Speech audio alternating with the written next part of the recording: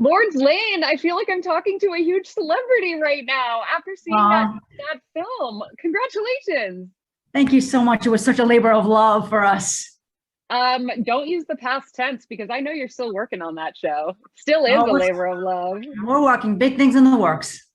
All right, so just to reintroduce myself, I'm Laura Haywood. I host a show on Broadway On Demand called Broadway Fanatic. And one of the reasons for that is that I kind of was the internet's first Broadway fanatic. Well, that's not true. There have been Broadway fanatics on the internet for a long time, but on social media, I was kind of a breakthrough voice of fandom. And I am kind of a mama bear to all of the Broadway fans who are missing theater so much right now. And thank goodness we have Broadway On Demand and virtual BroadwayCon happening this weekend. And what an amazing way to kick off the weekend with the first musical performed under COVID protocols. We saw in the film that, how it came to be a little bit, but now that I have you one-on-one, I want to go back a little bit further and find out, like, what are the origins of this musical? And when you wrote it, I know it's inspired by the superheroes in your own head, but tell us about when you got the seed to write them down and have those superheroes come to life.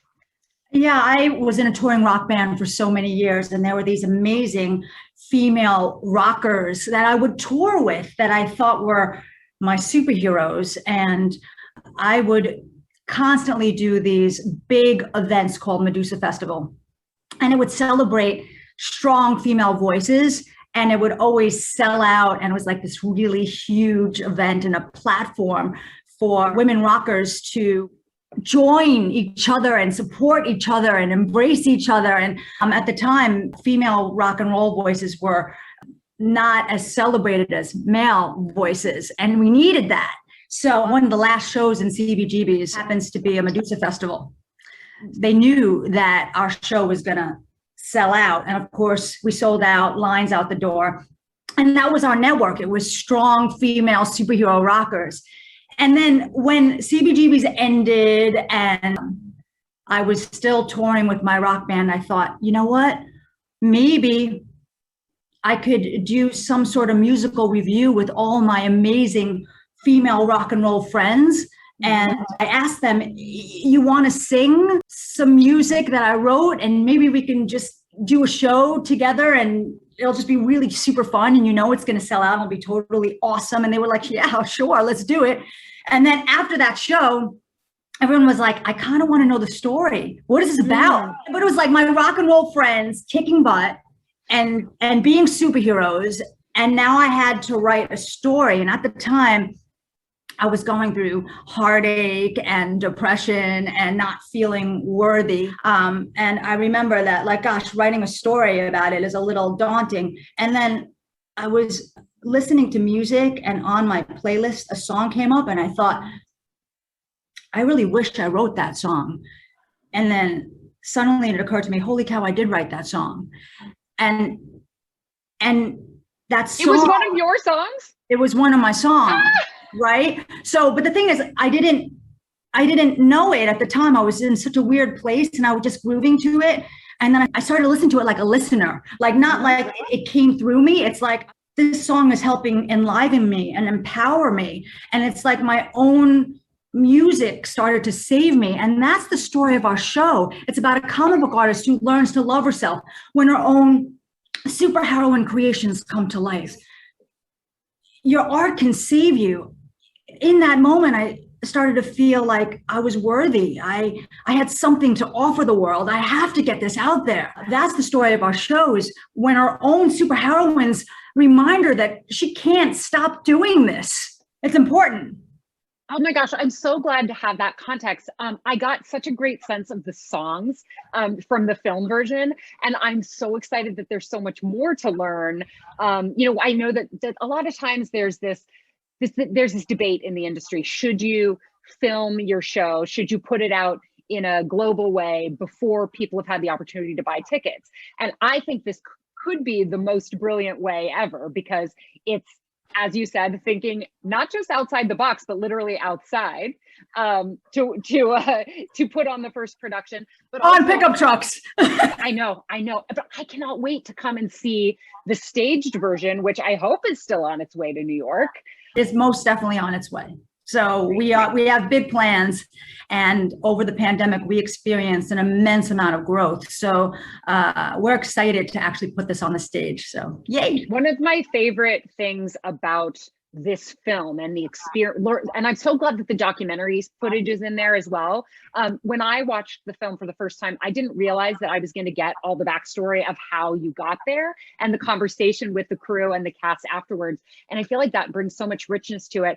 And the parallel storylines between the songs that the five of you sing from those pickup truck beds about empowerment and showing up for yourself and overcoming self-doubt.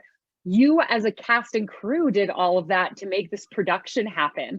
And I'm just going to peel back the curtain a little bit and let the audience at home know we had some serious technical difficulties connecting today. And because I watched this film, I was like, but you know what? We're going to get it done. We're not going to quit.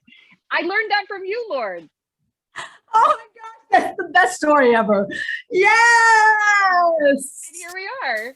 Yes, got to dig deep and find that superhero in you. And that is the truth. It was like life was imitating art.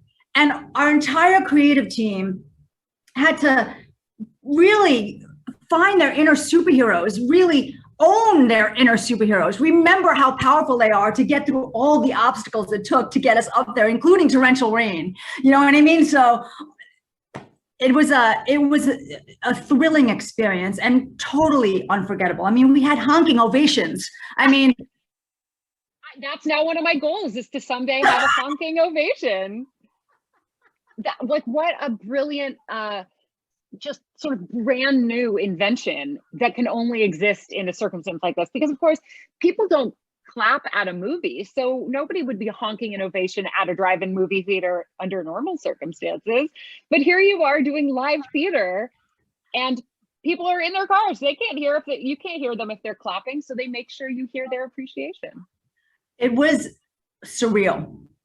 It was surreal to be on trucks, looking out at a sea of cars and people peering over their roofs and honking and yelling and hands in the air. Like, it was really fun because I have the song and it's all about raising your hands in the air and you can see the hands coming up to the sunroof. You know what I mean? Like, I was like, this is so surreal. Where am I? You know? Oh my gosh, that's amazing. So awesome.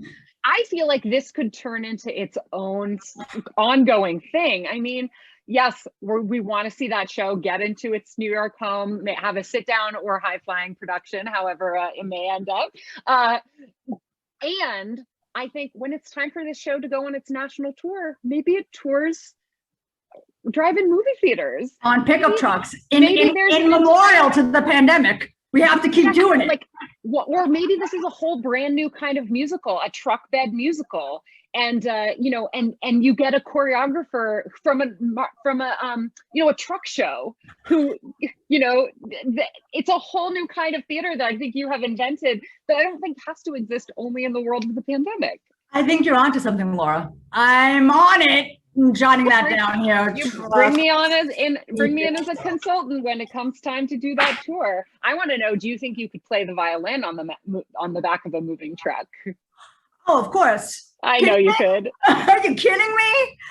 Yeah, I'm a rocker. Put me wherever. I'll play violin underwater. I would like to try that too. When did you start playing the violin? Like, tell me your musical backstory. What were you dreaming of when you were a little girl, and how did it turn into rock and roll? Yeah, I started playing violin when I was 3 years old. So there was just a violin lying around?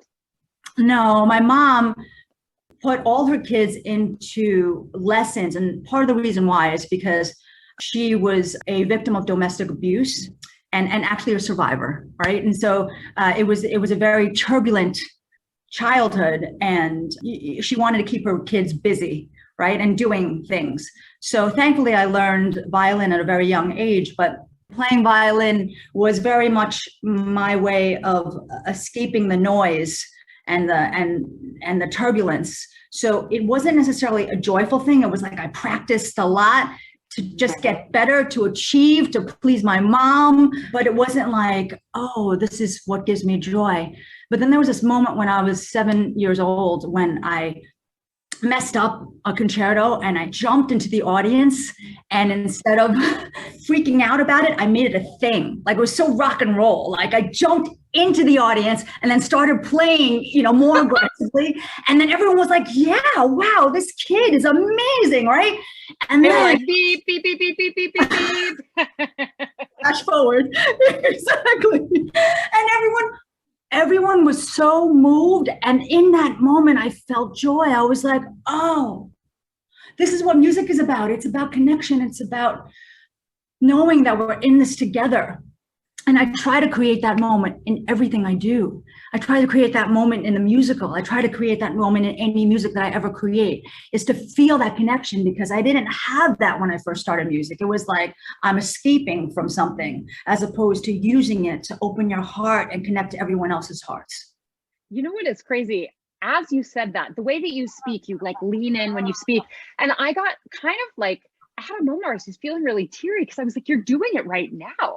As you're talking to me and you're like telling me about this music and the experience, and you're leaning in, and I'm like, I love this woman. We're having a real connection right now. And I've heard about you for a long time. This is the first time we're connecting, but the blonde in Truck One, Molly Tynes, has been a friend of mine for years. And she's been telling me about this show and how she was like, I mean, I don't want to give away too much of like she's a Broadway vet. She's been in Pippin. She was the one who's on the posters for Pippin with the acrobat. So she's like Broadway vet, but she loves this show so much that she will put anything else aside to do it.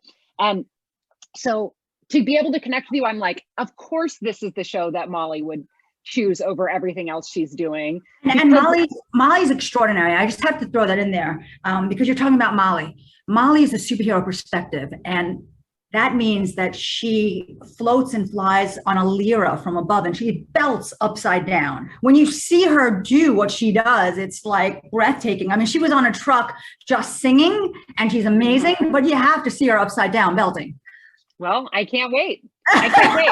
There are a couple of pieces of business that I want to take care of. I'm going to come back around to this. I know there is a good cause that you have created in connection with this, but before we do that, if people want to keep up with SuperYou and find out what's happening next, to get that alert when it comes to a stage near them, or who knows, to a drive-in theater near them, where can people find ongoing information? Social media, a website?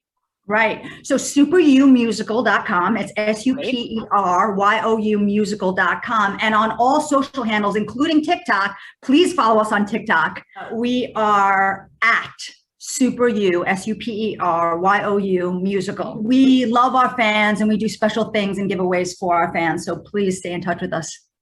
I can't wait. And if that wasn't enough, if all of this, like women helping women, empowerment for yourself and for those around you, sort of taking back your power, as if that wasn't putting enough good out into the world, there's also a SuperYou, and I am just going to say, it is not the SuperYou Foundation. It is not the SuperYou Fund. It is the SuperYou Foundation. The SuperYou Foundation. Because it's fun. Because it's fun. That's right. Tell me about the foundation. It is a global nonprofit that has the heart of our show for youth to discover their inner superheroes. The truth is that there's nothing to discover. It's about remembering that they are already superheroic because of their kindness and their love and their resilience and their truth and their bravery. Inherent traits that we already have is what makes us super. So these kids create capes and costumes celebrating the most awesome aspects of themselves and each other, and they join together on social good missions to uplift the world. We've been doing this since 2013.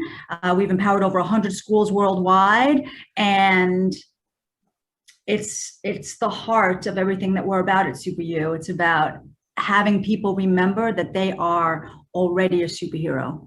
Right now, you are already enough and loved and whole right now. I'm really kind of annoyed right now that nobody told me to wear waterproof mascara, because I'm like holding it back.